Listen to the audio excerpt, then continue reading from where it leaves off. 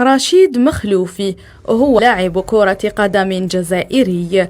ولد عام 12 أوت 1936 بولاية سطيف، وأول من حمل الرقم 10 في فريق جبهة التحرير الوطني. يعتبر رشيد مخلوفي من بين أفضل اللاعبين الذين أنجبتهم كرة القدم الجزائرية.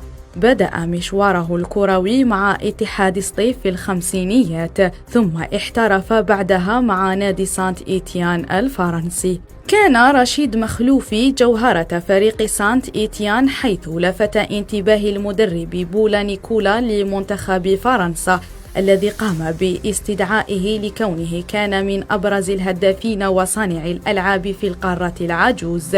كما كان يمتلك مخلوفي ثاني رقم قياسي في عدد الأهداف مع نادي سانت إيتيان برصيد 151 هدفا في كل المنافسات بعد اللاعب هيرفي ريفي وقبل ساليف كيتا. انضم رشيد مخلوفي إلى صفوف فريق جبهة التحرير الوطني يوم 14 أبريل 1958 ليلتحق بزملائه الذين غادروا هم الآخرين فرقهم الفرنسية كاللاعب عبد الحميد كرمالي ومصطفى زيتوني. كان لاعب جبهة التحرير الوطني من بين أحسن الممثلين للجزائر في الخارج على مدار 4 سنين، وخلال هذه الفترة أجرى الفريق عدة مباريات ودية مع الدول الصادقة للجزائر آنذاك، ليصبح رشيد مخلوفي ورفقائه في الفريق رمزا للاستقلال. في سنة 1962 بعد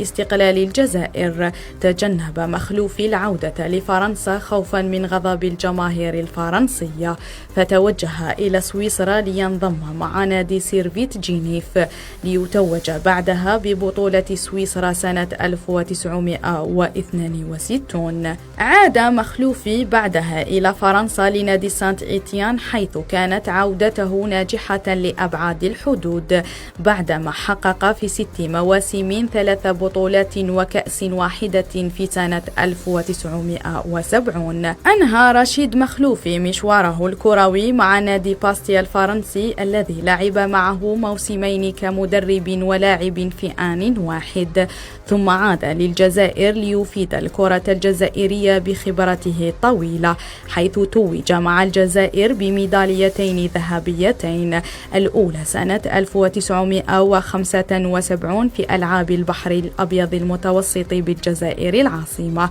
والأخرى كمدرب سنة 1978 في الألعاب الإفريقية بالجزائر العاصمة، ثم توجه إلى تدريب الفريق الجزائري رفقة المدرب خالف محي الدين، الذي شارك في كأس العالم سنة 1982 بإسبانيا.